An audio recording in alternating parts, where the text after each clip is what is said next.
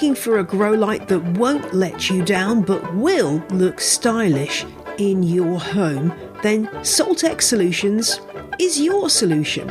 Soltech Solutions' fabulous customer service means you won't be left in the dark when it comes to buying great grow lights. Choose from their range of track lights, pendant style lights, or a simple bulb that will screw into most standard light fittings for setup that takes just moments.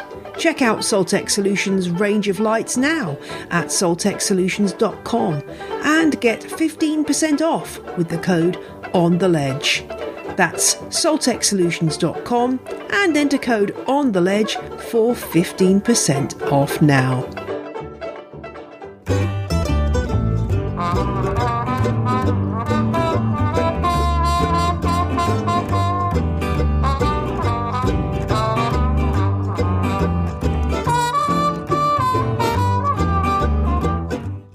It's fresh, it's exciting, but is it worth buying? In On the Ledge this week, I'm joined by plant geek Memo C for a chat about some of the plants that seem to be catching both our attentions. What are they? What do they like to grow? And are they worth the price tag? I got a wee bit excited this week when I suddenly noticed, without having really clocked much attention before, that On the Ledge podcast has marked up 3 million, yes, that's 3 million downloads.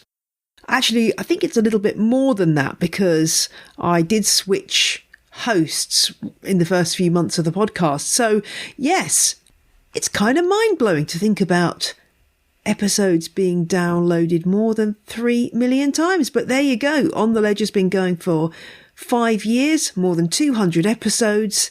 And I guess this proves that a niche podcast, I'm putting niche in inverted commas, can prove popular. Who knew? Thanks all of you for your support as ever, whether this is your first download or your 500th. Yes, some people do listen to episodes more than once. Welcome to the show. And particular thanks to Marcella from Canada, who left a lovely review for On the Ledge, which, after a couple of 1-star stinkers of late, was very welcome. Oh, and I should say also, if you are posting on Instagram and you want to get my attention, whether I'm following you or not, do use the On the Ledge podcast hashtag. That's what the Buxhall Gardener did a few weeks ago. I forgot to mention it at the time, but they posted about false vivipary. Do you remember when we talked about that in episode 198 of the show?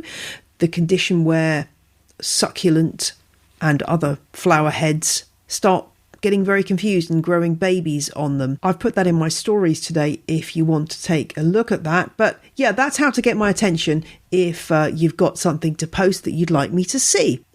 Jeff emailed about the episode we did on recycling stuff at episode 219 and had a good idea, which was taking those little plastic boxes that you get cupcakes and donuts in. I mean, who needs an excuse to buy donuts? But anyway, so you can take these little boxes, and Jeff has a clever hack, which is marbles in the bottom covered with water, some plastic mesh, and then he can sit his propagations in their pots on the top with a wick running through into the wet marbles as a wick watering system. Clever, Jeff.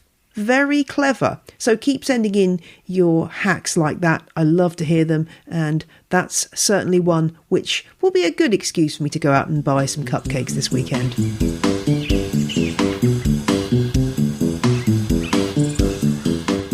If you've ever wondered whether a new plant introduction is worth your attention, join the club. So this week I thought I'd take 6 plants that might be popping up on your social media feeds and chat about them to fellow plant geek Memo. Hi, I'm Memo. I'm also on most social medias. Mainly you can find me on Instagram at TrojanKing9 and on YouTube at Houseplant Goodness. I first started when I was very young, at the age of 5, doing chores, which was watering houseplants. And everything basically spiraled out of control after that, really. Let's spill the tea. I mean, we're going to start with the lovely plant Geogenanthus Ciliatus. This one I wrote about in my newsletter the other week and did a bit of digging around on. I was surprised that it's a member of the spiderwort family, Commelinaceae, because it doesn't really look like what I think that plant is going to look like, but it's proving popular. Have you got a specimen of this one? This isn't one that I've got in my collection just yet. It is one that I have since ordered, so it will be getting added in. There was, at least as far as I'm aware, in terms of kind of currently what was happening with this plant, is it got a moment in the limelight very recently on some YouTube channels, mainly classified as something else, which I cannot remember now off the top of my head, but it was to do with its appearance. And at that stage, I did a quick Google search to see if I could find it. It was sold out everywhere, but now it's coming back into circulation a bit more, so you can kind of find it a bit easier, basically. But very interesting plant nonetheless. I'll put a link to the Costa Farms video about it. They sort of, in inverted commas, rediscovered it in, I think it was in a nursery in Southeast Asia, which is funny given that it's from Ecuador and Peru. But that's how these things happen. And then I think it won Best New Foliage at the TPIE, which is the Tropical Plant International Expo. So obviously the hot new thing. But, you know, the more I dug, the more I realised that it's obviously not new, in the sense that, you know, I found this piece from an American publication called the Indoor Light Gardening Society of America, which no longer exists, which in 1979 described it as a real showstopper. So obviously somebody was growing it back in the 70s and 80s. And, you know, I know that the seersucker plant, which is another Geogenanthus species, you know, that's in the Houseplant Expert book that I've got from the 80s. It's obviously around. Lots of people saying, though, that it has a sort of a bit of a diva quality of just suddenly collapsing. I've had a couple of listeners get in touch and tell me that. I guess it's one of those plants that likes, from Ecuador and Peru, I'm thinking relatively high humidity.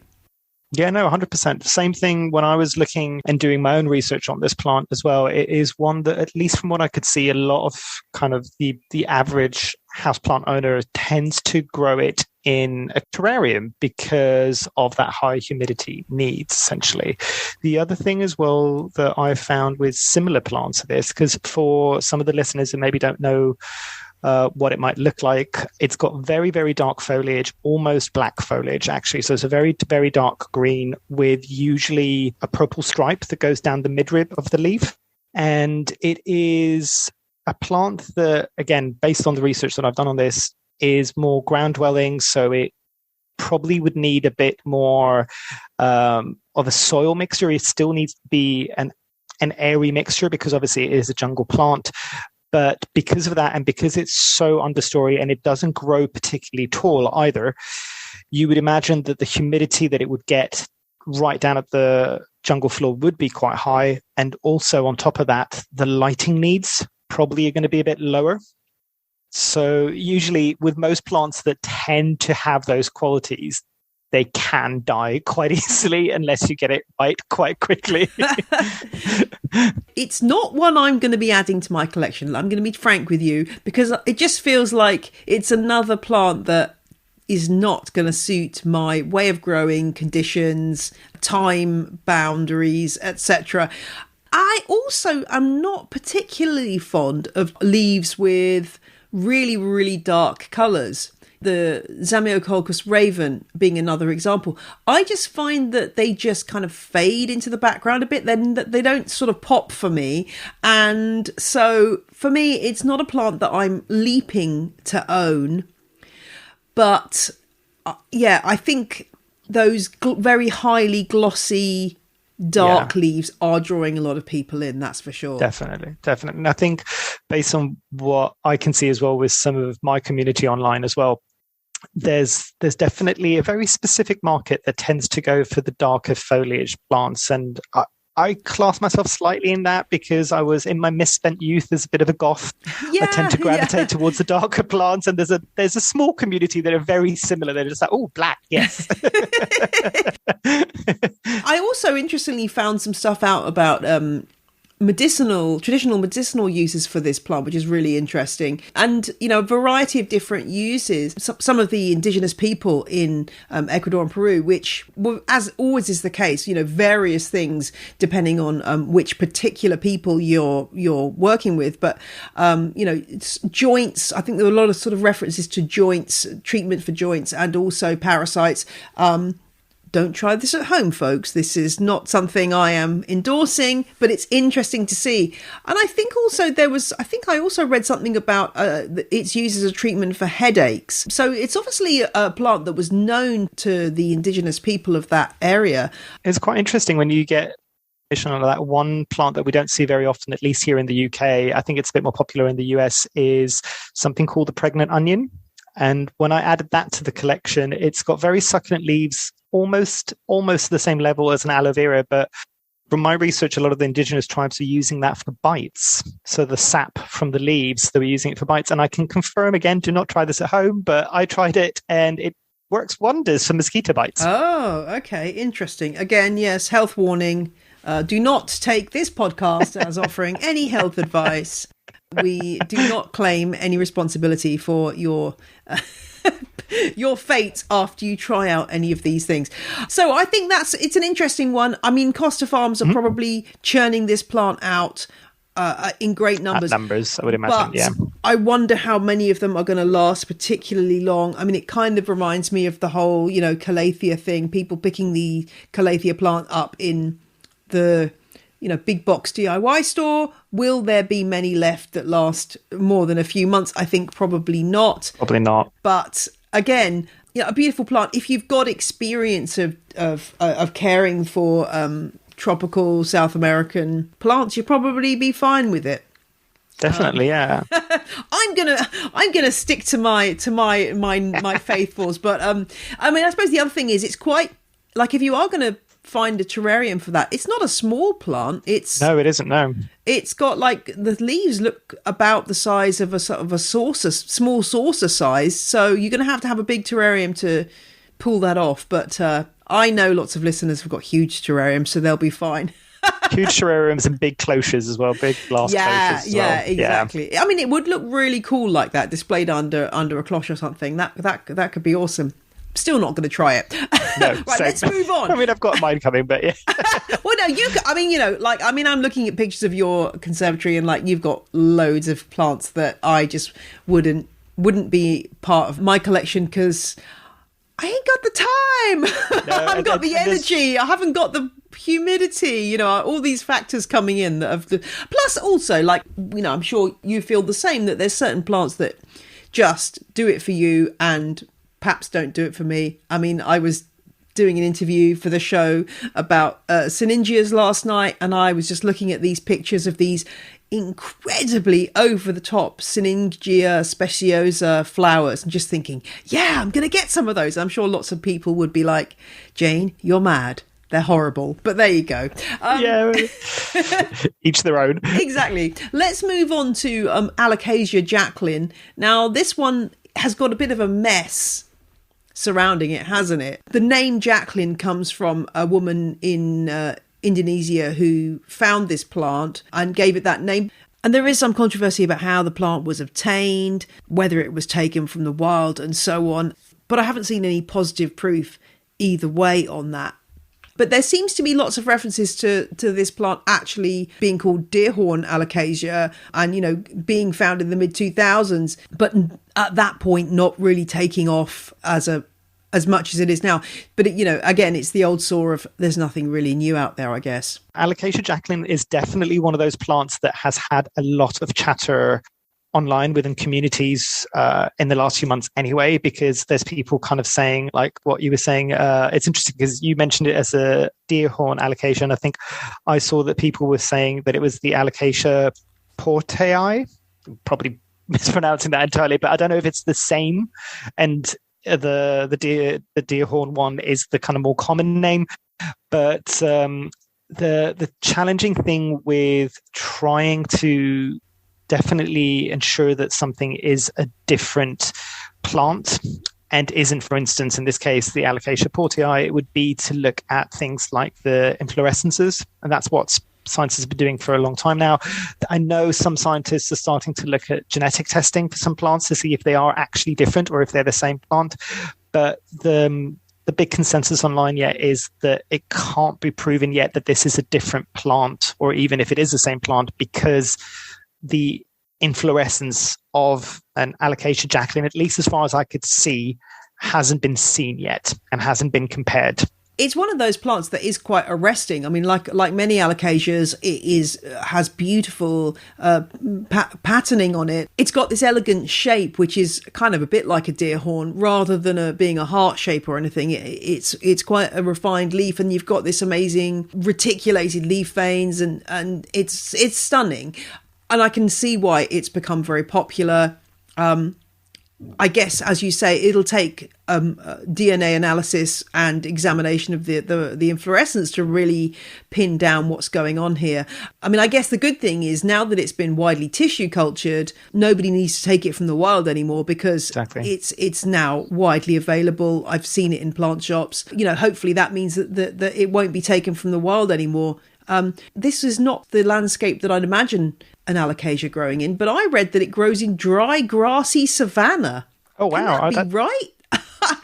That's really interesting. See, now you're making me think maybe I should see if I could get a tissue culture one and give it a try. I've been growing alocasias and colocasias since I was about 5. They're very, very popular back home. I'm originally from Greece, but they tend to be like balcony plants there. And everything that I've known about them is that they tend to grow near rivers. So actually they do quite like the slightly wetter conditions, basically. So I'd be really interested to see if that's actually accurate. I'd be really interested to see if the growing conditions of this alocasia specifically would be different than most others, basically.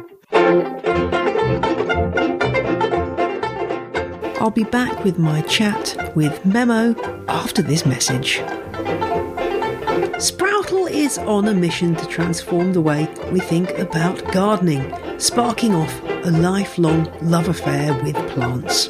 This new UK-based tech startup and climate-positive business is dedicated to demystifying gardening, making it accessible and fun. Sproutle brings the best in gardening and plants straight to your door, catering for all kinds of outdoor and indoor spaces, from a 1-acre plot to a tiny windowsill and everything in between. Sproutle is working with some of the UK's best independent garden centres, specialist nurseries and retailers, and they're teaming up with the world-famous Kew Gardens. The co-curated Kew and Sproutle Palm House collection launches next Thursday, May the 19th. Shop at sproutle.com. That's SPROUTL.com. And be sure to follow them on Instagram at WeAreSproutle. Sproutle. This is gardening made easy.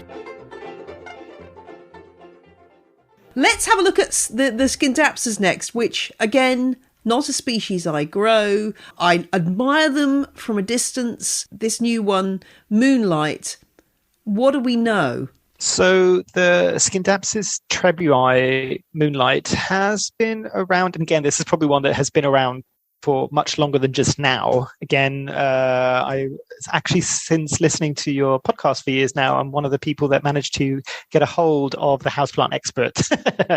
And I do usually use it when I want to see if plants have been around for longer than just recent. This is one, obviously, that has been mentioned very briefly as Scindapsus, not this specific one. But the Scindapsus trebui Moonlight, for some of the listeners who might not know, is very similar in leaf shape to most epipremnums, but it's a thicker leaf, and the specific Moonlight one has got a silvery sheen to it. So a lot of people were really interested in getting it. It's been available. It's been a bit more mainstream. I hesitate to use the word mainstream a bit with this one for the last 2 to 3 years. I was fortunate enough to get one. There was very little information on it because people haven't been growing it in a household condition for too long. I originally didn't want to pick up the Moonlight. There is a Scindapsus trebui moonlight, I think still, but dark form, which is more the black foliage again. I'm very glad that I didn't get that, because talking to some people that have got it now, and I recently actually on my YouTube channel, I do a review series on what it's been like to have certain plants for 1, 2, 3 years, basically, because again, there wasn't a lot of information like this. And I wanted to provide a bit of a information portal for people, not just to see my experience, but from people that have got it in the comments on these YouTube videos to share their experiences. And overwhelming, the thing about the moonlight is it is possibly one of the slowest growing plants out there. And I will almost go as far as say, based on what I'm seeing, a lot of people slower than the ZZ plant. So that should give you some indication there. And it's interesting because looking at this purely morphologically and just looking at how the plant is, it should be relatively straightforward. It's got relatively succulent leaves, so it would store water quite well. There was a large problem, and again, I think this is one that Costa Farms has maybe brought out recently from what I was seeing. Before then, the ones I got 2. The first one failed, and I'll talk about how it failed in a minute. And the second one I've grown for nearly 3 years now. And yeah, the problem with a large batch that first came out when the demand first started coming out for these plants was very bad soil media from the growers. And I don't usually see this, but I wonder with this plant, because it needs such infrequent watering, it's got very succulent leaves, whether or not, at least in the growing condition in some of these nurseries, this was one of the plants that they're just like, it's a slow grower, it doesn't need an awful lot of water, let's give it slightly denser soil, which means we might only need to water it once a month, once every 2 months.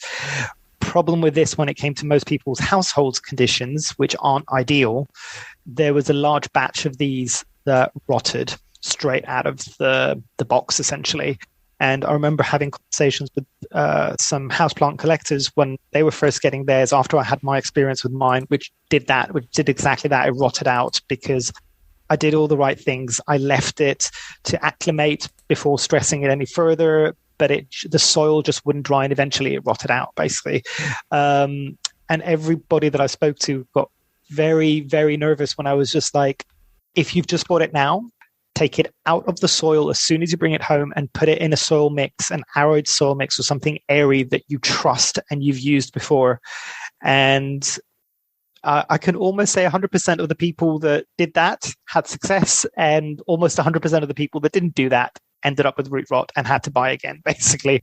The species is from Malaya and places like that. You can imagine it's growing in, well, starting off life on the forest floor in leaf litter, and then it's climbing up, finding a trunk to climb up, and then sort of setting off up that trunk.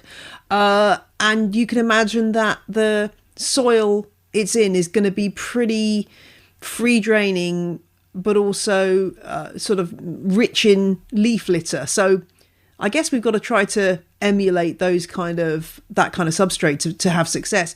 I mean, I wonder, I was looking to see if I could see any more mature leaves of this particular plant, what the leaves look like once they've, like other Scindapsus, matures to a different thing. I haven't found any, so I'm not really sure whether it starts to lose that sheen, that silver sheen, or not. That's the challenging thing. I'm not surprised that there's not an awful lot out there based on how slowly it grows. And unfortunately, even me, after having it for 3 years, this is one of the trailing plants that I haven't grown up something. So I haven't seen more mature plants. I've actually let this trail, which meant I get more of the immature leaves. But yes, I do vaguely remember, I think I saw this in a discussion board recently, actually probably only a couple of days ago, that somebody was saying specifically for this one that they've seen slightly more mature leaves. And again, a grain of salt, I don't know how accurate this is, and it does lose some of that sheen, basically.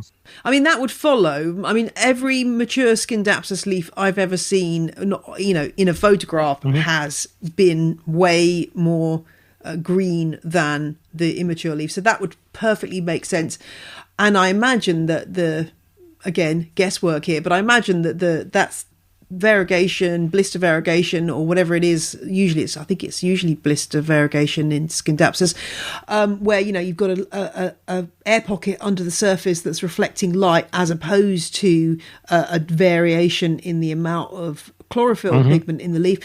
That might be helping camouflage the leaf when it's young and vulnerable to herbivore attack. But once it gets up into a tree, like, it doesn't need that. So that's a theory. I mean, it's a valid theory, I think. It's interesting that it's so slow growing. I guess you could see that as a plus if you are used to growing, lots of devil's ivy, epibremnums, scindapsus that are romping around. You might be glad to have a slow growing plant. Definitely. The one bit of advice I could probably give to your listeners, if they really want to add this plant to their collection, get a slightly fuller pot, because that will keep you happy for a bit longer. Try not to go for a single or 1 or 2 leaf cutting, because I've heard horror stories of people 3 years later, they've still got a 2 leaf cutting. Well, we'll move on to a very different plant now. I think this one has got some serious rock and roll vibes. And it's a member of the Solanaceae, the same family that the tomato and potato are members of. But this is Solanum Pyracantham. It's got some wicked, I don't know if they're officially spines or thorns, what we officially call these, but those leaves, they're crazy.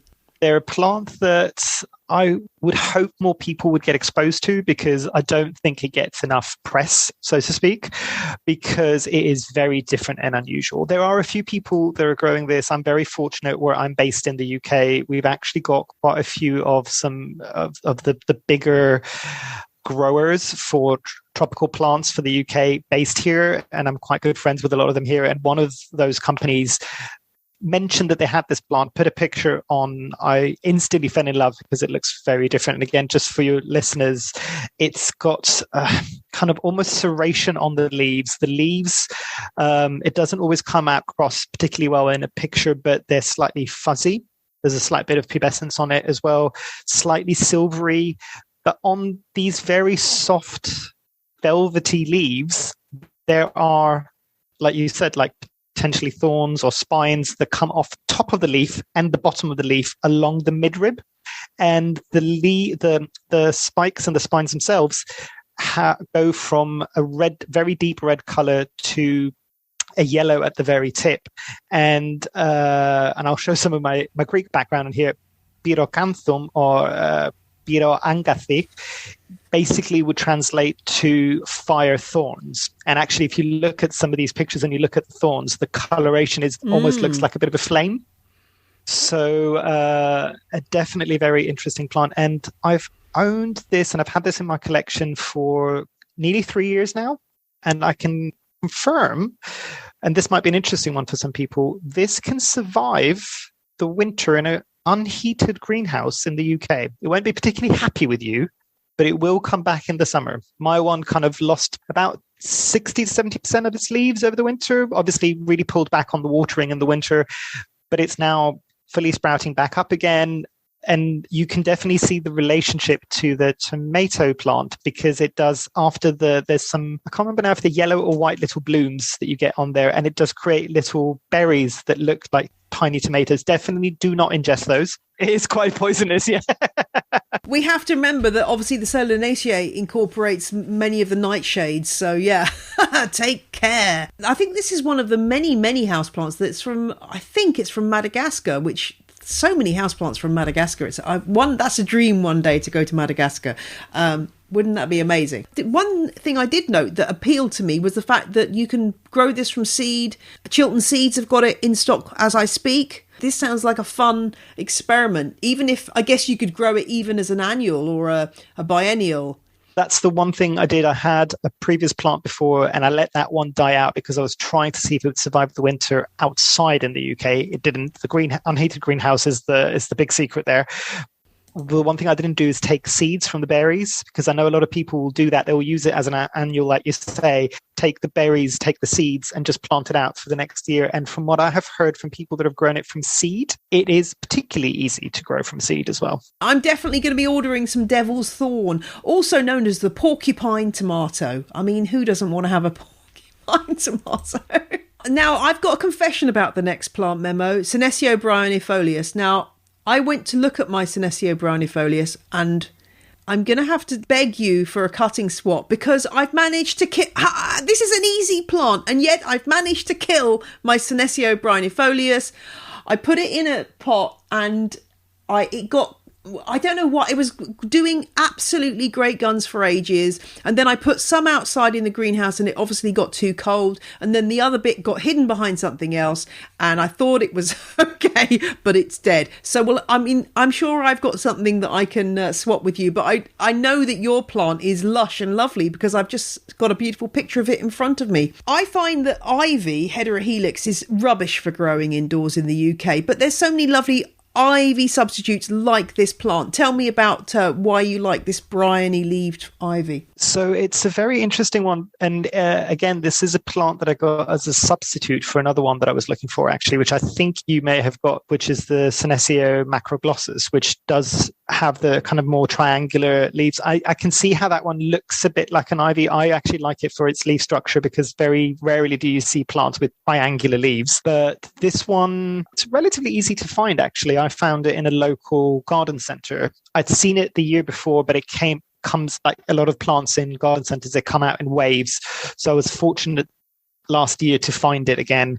And it's very similar to the look of an ivy plant. The leaves tend to be a bit smaller, obviously. The backsides are this deep purple, almost maroon colour. And maybe not as surprising based on your story now as well. Well, the one thing I will say about this Senecio specifically is when I first got it, I was treating it like most other Senecios and really letting it dry out. Boy, I mean, that is still, I think, relatively correct. But just to give you an indication, I had it in soil. I had it outdoors for last summer and it was getting watered daily. It was going through its entire water daily. Bringing it in the house thinking I was going to be watering it less, it gets watered every 3 to 4 days, which for a succulent, yeah, they really are. They really are. They're thirsty plants. They really are. Senecio macroglossus variegata, which I do have, and also Senecio angulatus.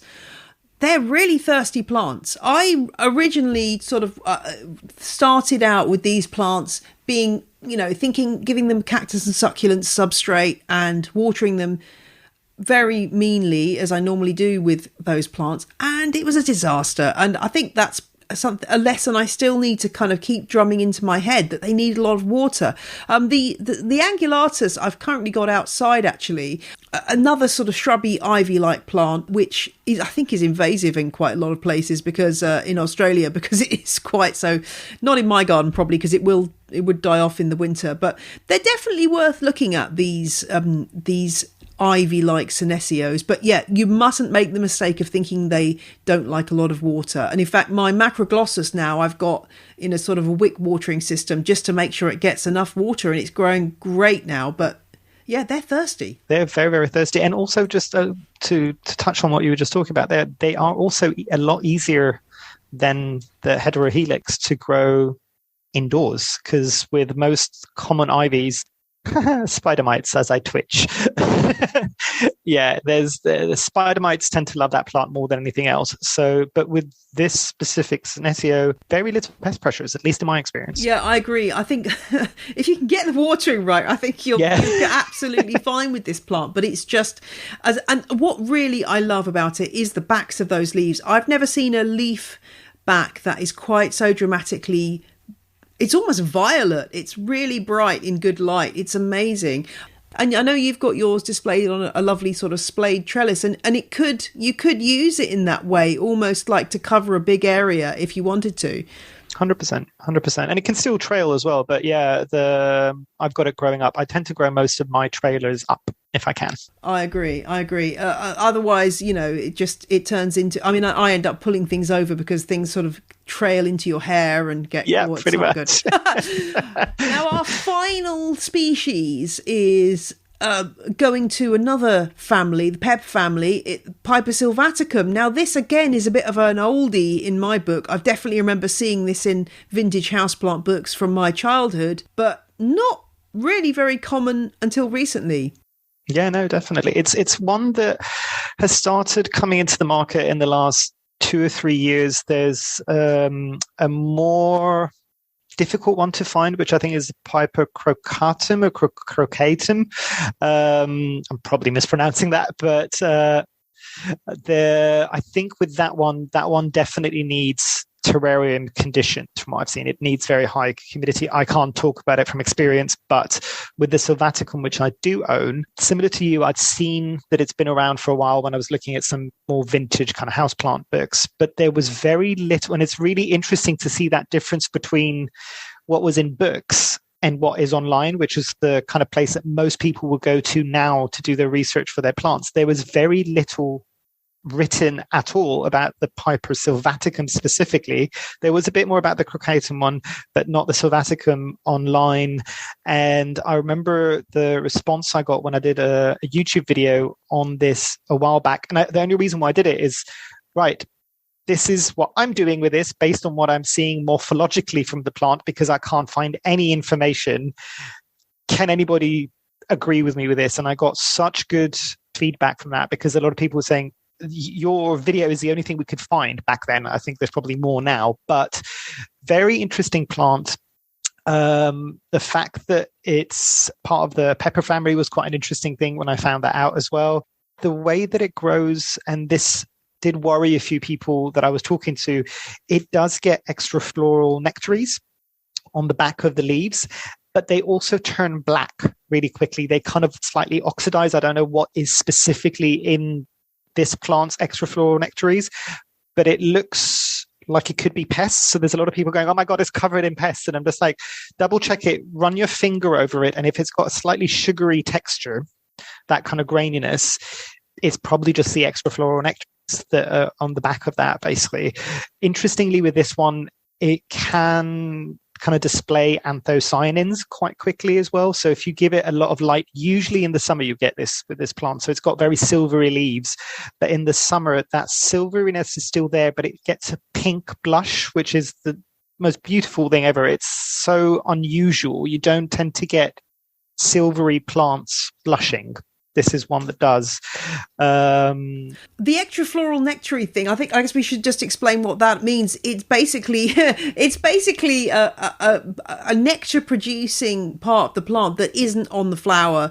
And you do get this with a surprising number of plants. There's a lot of Hoyas have them, and sometimes they do catch people out because they see drops on the plant or marks on the plant. They don't know what they are. I mean, I guess for the plant's point of view, oftentimes these are drawing in pollinators and ants and things to the plant to protect them from other pests.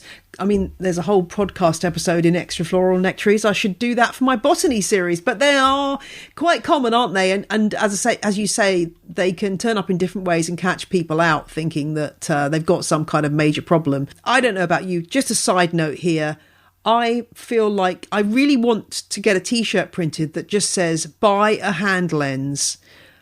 Yes. Like, I need to buy a hand lens meme, because almost every post I see on Facebook where somebody's going, is this a pest? What is it? I'm like, buy a hand lens. Get a magnifying glass, buy a hand lens, invest. Yeah. That is your best investment as a houseplant lover. I just need to have that in my pocket whenever I'm doing plant care. It's so useful. And so I highly recommend everyone buys one. And I imagine that probably under a hand lens, those extrafloral nectaries would look quite interesting. Definitely. And interestingly, we talk about a hand lens. I hadn't even thought about that until one of your first ever podcasts, I think, where you mentioned it, and I instantly went and bought one and haven't looked back since. Oh, good, it's probably one of the best things in my collection. I was thinking the other day, the one thing I want next is a hand lens that's got a built-in light. Mm-hmm. That's the one I've got. I've got that. Yeah. That's really, really good. Oh, that's really good. Okay. Because oftentimes I'm holding my phone in one hand with the light on, and then I've got the hand lens in the other hand, because you need really good light to be able to see. Oh, well, maybe that's a Christmas present in the bag. Yeah, they're really quite good. And it's the on the Sylvaticum side of things, again, it's an interesting one because there wasn't so much written about it. It's technically a trailing plant. I think it's technically a climber. And I say this after having this plant for over a year now. It doesn't vine in any way that's kind of reminiscent of anything else either. So with most Hoyas, they will wrap around something. This won't do that. Most other aroids would bring out aerial roots to attach to tree trunks and things like that. This doesn't have any significant aerial roots. but it just grows. And I've got it growing on my janky support sticks. All my YouTube fans love my janky support sticks. Okay, I'm going to have to go and look at that. I haven't seen that. It's just support sticks, but I don't do them in any beautiful way. It's very utilitarian, so that something so that the plant can attach onto, and everybody needs a janky support stick in their life. Well, yeah, I've got a pot in the shed full of those spare, just waiting to be used. So I'm with you on that. But yeah, I found that actually just tying the stems onto whatever support you're giving it is enough, really. You can have it trailing. I've actually seen when it trails, the leaves don't get any smaller, because sometimes with trailing plants, if you let it trail, the leaves will ultimately get more and more juvenile looking. It's not the case. However, I will say this is a plant that it does start off with very, very small leaves, very much like anthuriums, and over time they get bigger, basically. But very interestingly with this one, and this is one that I'm really excited about, that is slowly coming back on the market again, at least in my experience, one of my easiest plants.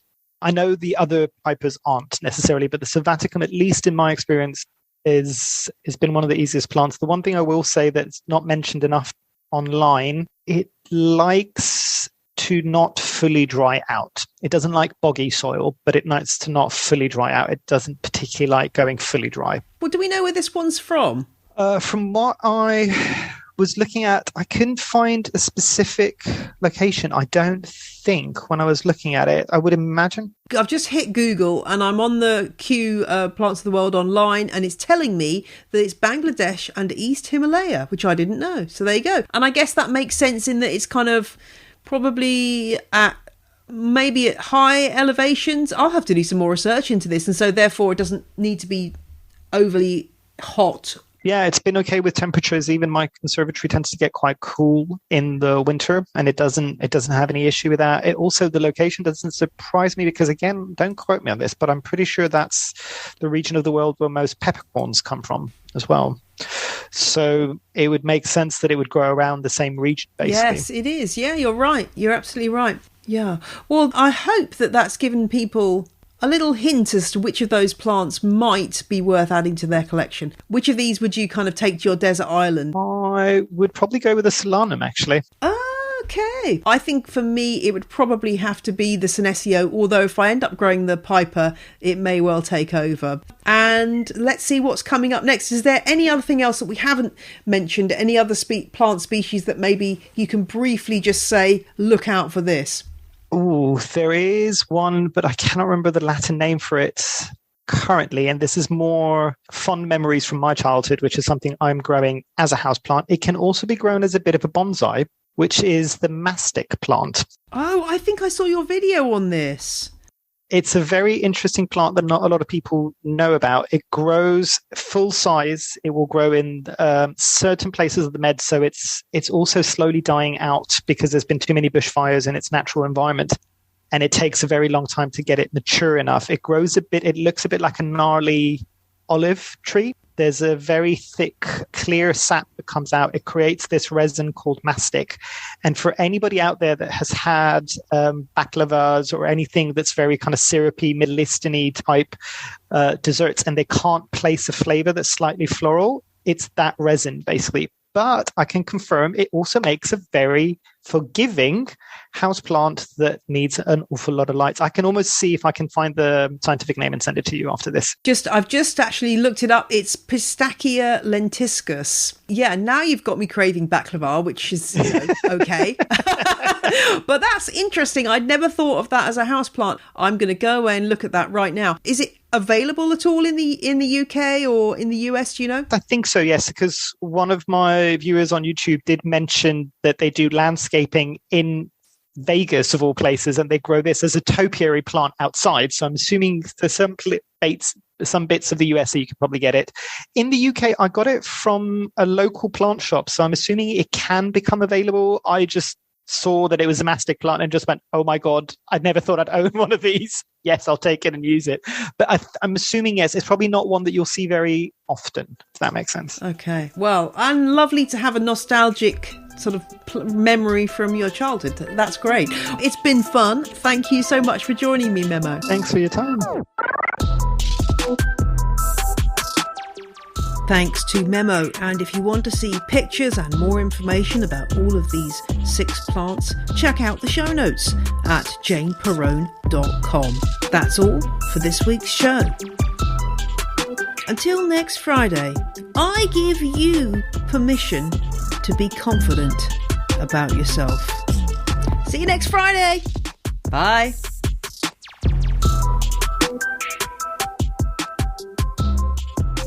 The music you heard in this episode was Roll, Roll and Roll by the Joy Drops, The Road We Used to Travel When We Were Young by Komiku, and Whistle by Benjamin Banger.